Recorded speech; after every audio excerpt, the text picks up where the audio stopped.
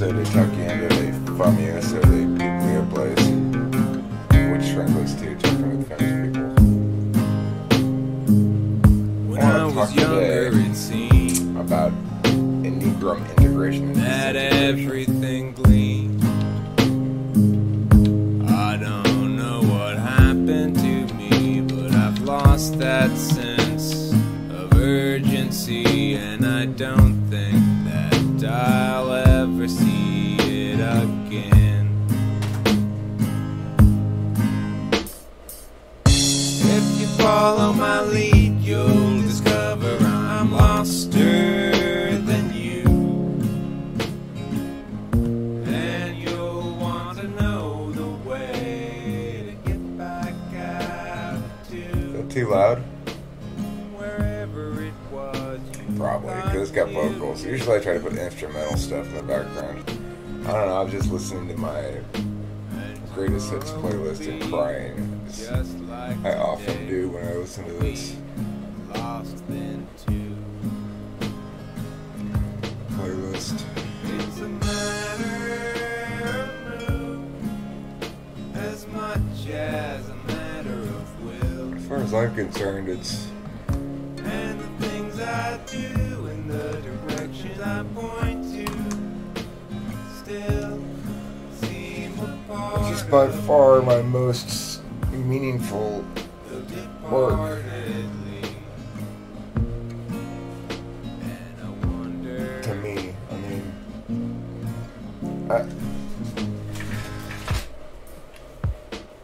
it's hard for me to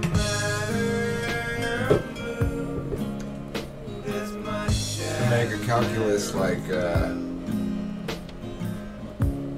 the things I do and the direction I point to still I'll let the seem song a finish. part of I mean, the departed league. And I wonder. Megan Lapoda. That chick makes me laugh. She's got so much FE going on. Just don't know what to do with all the FE. Alright, well anyway, that song's over now, so let's just stop that. And I'll stop this one if it starts to play. It's a good song too. Everything on this playlist is good. It's great stuff, as far as I'm concerned. It's 16 tracks that have been very carefully selected from all of my shit that I've made over the years. Which, needless to say, is a lot of shit. Now, in this other tab here, I've got this for a reason. So, I have in a recent video, in fact, it wasn't that long ago, poo-pooed the notion of integration and disintegration. Alan kind of brought it up. My initial response was like, Well, I was looking, I wanted to see what this chart said about me. And I was thinking about it. I thought I'd share my thoughts on a video. Somebody else might find them interesting or something. So, for me, this is absolutely correct. When I am stressed or behaving unsuccessfully, when I'm manifesting myself unsuccessfully, I respond to reality by moving, like, a better way to put growth and stress is like, put stress under both of them, and say responding well on the left, responding poorly on the right.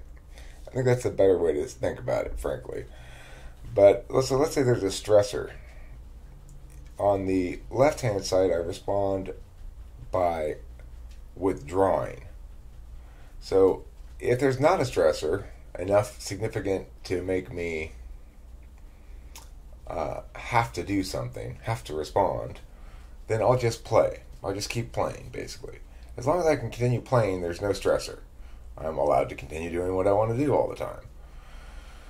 Of course, life doesn't let you play all the time, so sometimes you have to do something. When I am faced with a reality that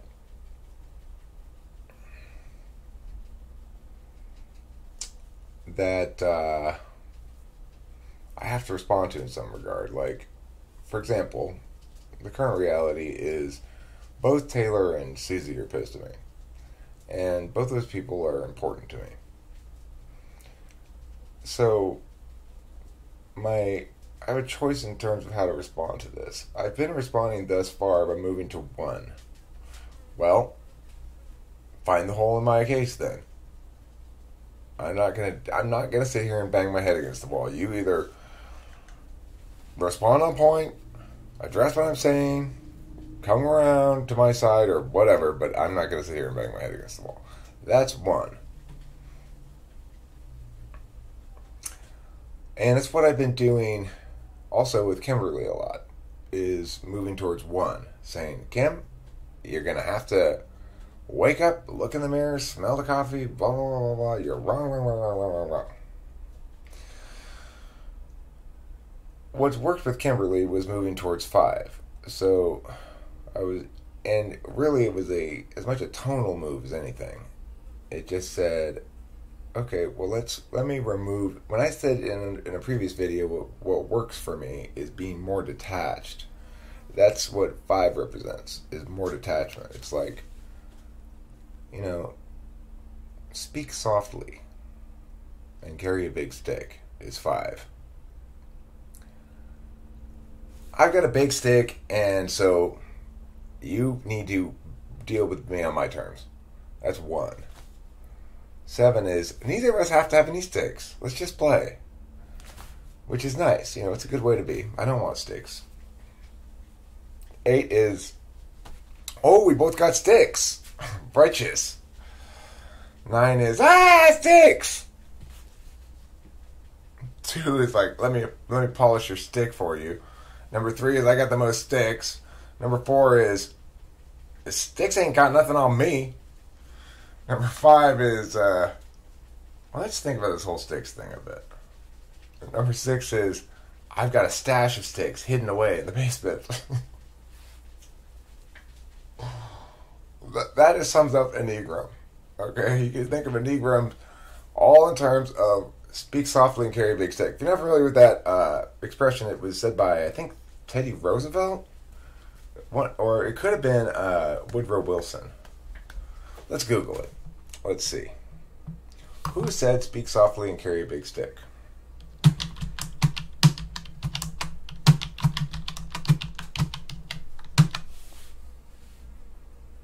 Teddy Roosevelt. I was right the first time. Okay, so there you go about the sticks. So if you were to include the speaking part in that, you could do that too. Speak joyfully and carry no sticks is 7. Speaking is irrelevant, let's use our sticks is 8.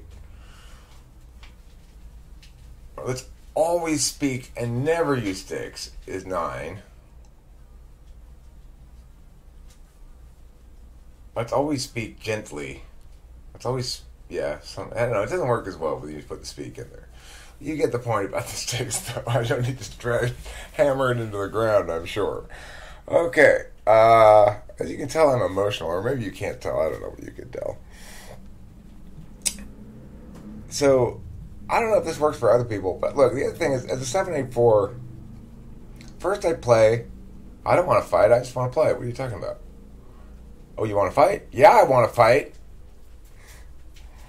And then, this is the interesting one. Okay, well, how am I going to fight? Am I going to fight by being more good than you? More accomplished than you? Or compare successfully against you against a neutral set of, purportedly neutral set of values or something?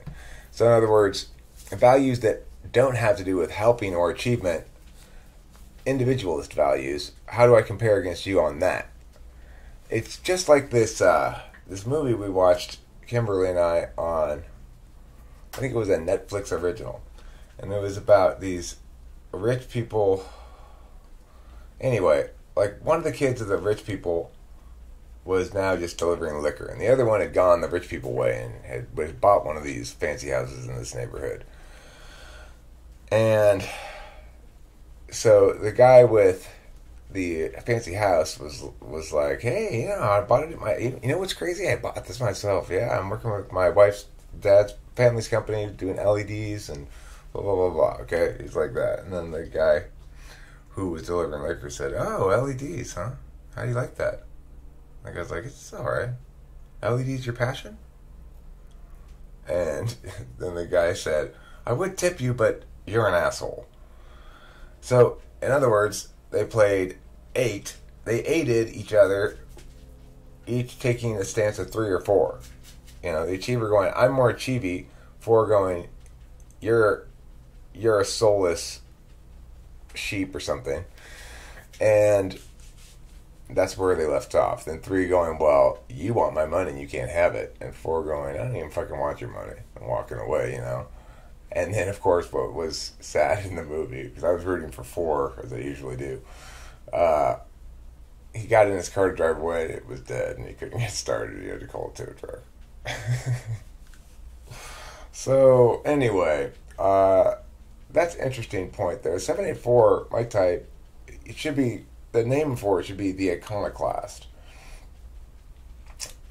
847 or 487 are probably the most iconoclastic version of it, I would guess. But anyway, I like Enneagram a lot. And I think this disintegration thing is sensible if you think about it in the right terms. If you think about it in terms of like, okay, there is a stressor. Do you respond well? You're on the left. Do you respond poorly? You're on the right. It's the simplest and most straightforward way to say that whole thing. So in this instance, I guess the overall message of this is also that what Taylor's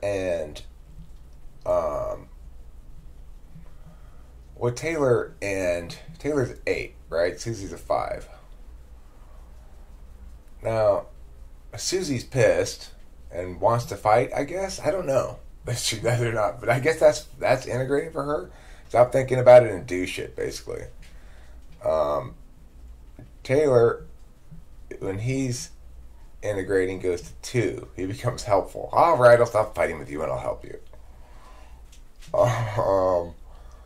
And me, when I'm integrating, I go down to 5 and go, okay, let me stop fighting with you and trying to be all perfectionist and win. And let me instead go, this is the thing. I'm not fighting with them. I wasn't fighting with them really much at all. I refused to do this. I just went to here. I was like, I don't want to fight. I'm avoiding still. So I'm going to go to 1 and I'll withdraw. I'll go from avoid to withdraw. And then it'll fix itself over time. Well, that's just being avoidant, really, more avoidance. When what I should do is approach it from a less interested perspective. And that's what 5 is disinterest. 1 lets me still be interested. Well, my way is right, and you should do it my way. 5 goes, all right, well, what's a disinterested perspective on this? And the disinterested perspective is really, understandably, Susie and Taylor probably want me to display to them in some fashion that I value them, which is a correlate to what I keep telling Kimberly and what we've been fighting about and stuff. I want her to display to me and speak to me as though she values me and appreciates me. And I don't need a lot of I'm not asking for a lot of affirmation or praise or whatever from her. I want her to just sort of generally have an attitude and speak in tones that say, you're cool, I like you, I appreciate you, or value you, just to act like she likes me, basically. I'm not super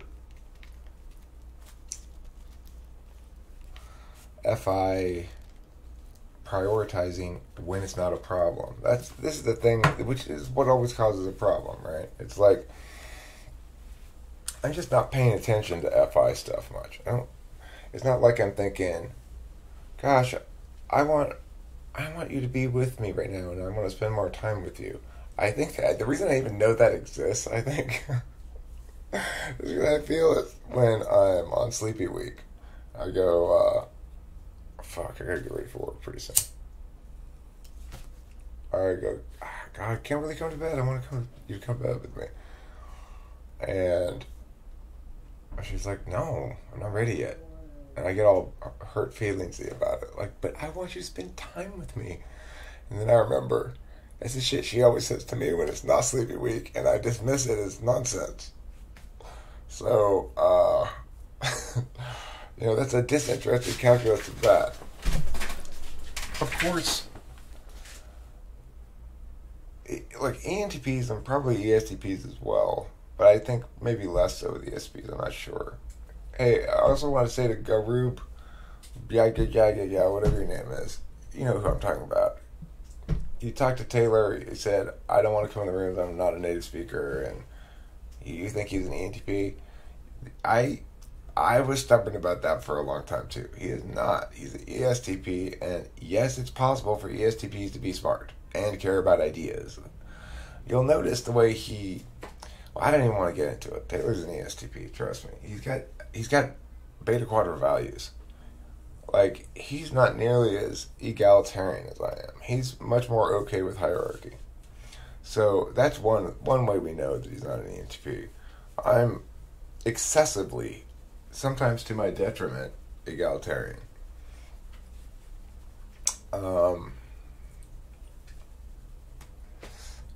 So Susie and Taylor, I understand that while it might sound appealing to be in no fuss, no muss, no obligation, easy squeezy relationships with people, ultimately the thing that makes a relationship significant is that the people genuinely value each other. And to genuinely value another person is to some extent to be vulnerable, to say, my feelings are contingent on your good graces. And not because you're making me feel some way, but because the inherent truth of the valuing I have for you is more significant than our squabbles over the map. It's a map territory thing. It's easy for ENTPs and NTPs in general, and probably to a lesser extent, but also so for STPs, to get lost into the calculi of map coordinates and forget that they're still actually in the territory and will always be. So also, I'm exhausted, of course. Emotions wreak havoc with a person's biology, and I'm pretty sure that's what causes cancer, is emotions. That makes more sense than anything else.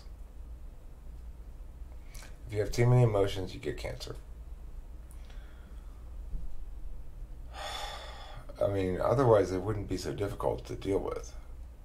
It's like your body's trying to process out all this poison, and it's difficult. It's hard on the liver, hard on the kidney.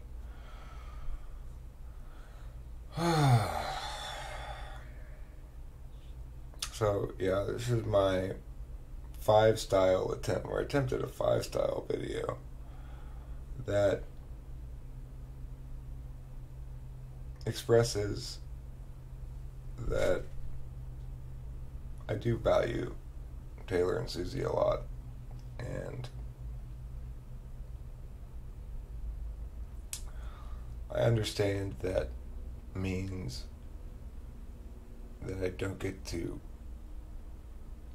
hold them to a one style standard avoiding 8, refusing to 9, and just 7ing elsewhere until they 9 themselves into 2ing. That's a good way to talk. It's a good way to explain human behavior with those numbers like that. Okay, I think this is a good video. That's what I think. I think this video is going to get good thumbs up and stuff. Because I think it does a lot of things. It has good ideas in it. It's explanatory. It's obviously kind of raw. And probably that's effective FE. Because it's not really FE at all. It's like poorly contained FI. I'm not faking this at all. I'm genuinely kind of like all over the place right now. But intellectually, I think this is a fairly high impact to per idea, so to speak, video. I mean, a lot of stuff in it aren't enough. Any. Goodbye, everybody. Thank you for watching. Don't forget to eat plenty of cheese. Oh, I'll play a song as an outro. Let's play this. Let's see, which one do we want to play?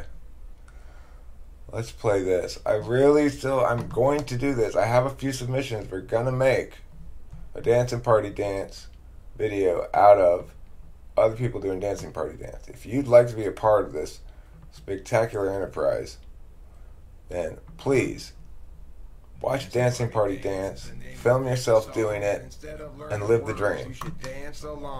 Just let this take us out. Goodbye, and talk to you later. Because dance teaching songs have a long tradition. And the dancing party dance, which goes with the song, is not a hard dance to do and not too long. First you're walking forward, pointed and stuff. Look around now, wave, pull out your guns. Now walking backwards, total 4 steps. Once there, drop your guns, cause it's time to rest and do the axle rose by dipping your hips.